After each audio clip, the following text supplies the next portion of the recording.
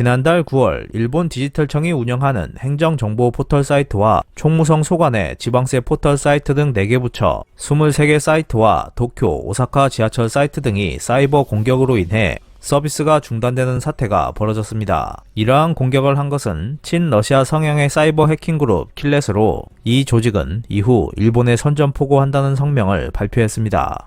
킬렛은 아마도 예상과 다르게 공격이 아주 잘 되고 일본 언론 등에서도 크게 거론했기 때문에 기분이 좋았을 것입니다. 이후 9월 30일 일본 언론은 킬렛 운영자의 발언을 인용해 9월 초 일본에 사이버 공격을 한 친러시아파 해커 집단 킬렛이 자금난으로 공격 활동을 사실상 중단한 것이 30일 취재로 밝혀졌다고 보도했습니다. 또한 킬렛은 새로운 스폰서를 찾지 못해 공격할 수 없다. 일본인은 더 이상 걱정하지 않아도 된다라고 전했다고 밝혔습니다. 하지만 킬렛의 공식 채널을 살펴보면 이후에도 여러 사이버 해킹 그룹이 킬렛에 가담해왔으며 러시아를 위해 활동하겠다고 선언하고 있었습니다. 실제로 워싱턴 포스트에 따르면 애틀랜타, 시카고, 뉴욕, 로스앤젤레스 등 공항 공식 사이트가 10월 10일 사이버 공격을 받아 다운됐고 이는 킬렛이 공격한 것이라고 보도되기도 했습니다. 킬렛은 앞으로 다시 일본으로 향할 가능성이 있습니다. 킬렛의 공격은 주로 대량의 데이터를 보내 서버에 과부하를 주는 디도스 공격이라고 불리는 간단한 공격입니다.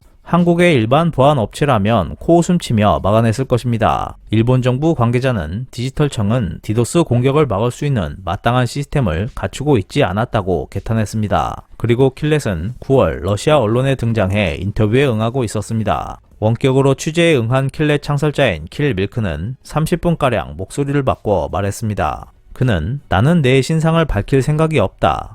하지만 나를 신뢰하는 게 당신들에게 좋다. 우리에게는 국경도 규칙도 없다. 하고 싶은 건 다 할 것이다. 물론 조국의 영광을 위해 특별 군사 작전 전에 우리는 다크넷을 떠나 러시아 연방의 미션에 가담했다. 우리나라를 돕기 위해 처음부터 할 수 있는 일은 다 했다. 그 점에 대해서는 누구에게도 지지 않았다. 킬렛은 세계에서 가장 강하고 활발한 해커 그룹이다. 앞으로도 적절한 행동을 하겠다라고 말했습니다. 킬렛이 정말로 세계에서 가장 강력한 해커 그룹인지는 모르겠지만 자신들의 행동에 자신감을 갖고 있는 것은 분명해 보였습니다.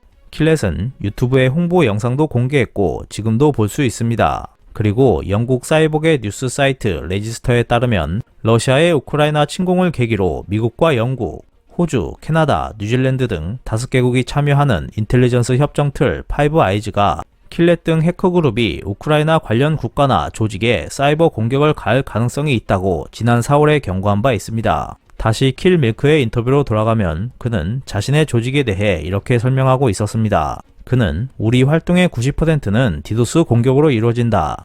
공격 상대인 피해자와 접촉하는 것을 좋아하지 않는다. 적의 비밀 정보를 찾는데 시간을 소비하지도 않는다. 킬렛은 쓰나미처럼 행동하고 거기에는 잔해와 희생자만 남는다라고 말했습니다. 또한 그는 유럽연합 국가들이 대용량 서버를 설치하고 있으며 우리는 그것을 이용해 활동하고 있다. EU 국가 국민의 돈으로 그런 서버가 운영되고 있기 때문에 EU 사람들은 무의식적으로 킬렛을 지원하고 있는 셈이다. 훌륭한 관계가 아닌가라고 비웃기도 했습니다. 킬밀크는 EU뿐만 아니라 정부 등이 설치한 인터넷 인프라나 서버 등을 활용해 사이버 공격을 저지르고 있다는 것을 말하고 싶은 듯 보였습니다. 그리고 인터뷰에서 사회자가 당신의 가장 큰 적은 누구냐고 묻자 킬밀크는 이렇게 답했습니다. 그는 우리에게 적대적이었던 해킹 조직은 5월까지 이미 소탕했다. 현재 미 중앙정보국만이 우리의 중요한 대립자라고 했습니다. 킬렛의 최대 적은 지금 CIA라는 것이었습니다. 다만 공항 웹사이트 공격으로 CIA는 눈 하나 깜짝하지 않았을 것입니다. 킬렛은 여러 조직과 결탁하기 시작했습니다. 앞으로 큰 세력이 될 가능성도 있습니다. 킬렛은 일본에 선전포고를 했기 때문에 적극적으로 공격을 감행한 후 일본의 인터넷 인프라나 서버 등을 해킹해 다른 공격에도 적극 활용할 것입니다. 최근 일본 정부는 중앙 부처에 대한 사이버 공격을 막기 위해 내년부터 소프트웨어 등을 점검하고 대책을 마련하겠다고 했습니다. 지금 당장도 아니고 내년이면 아마도 우크라이나 전쟁은 끝나갈 것이고 사이버 공격도 이미 상당 부분 진행되었을 것이며 일본의 인터넷 인프라도 해킹 공격에 충분히 활용됐을 것입니다.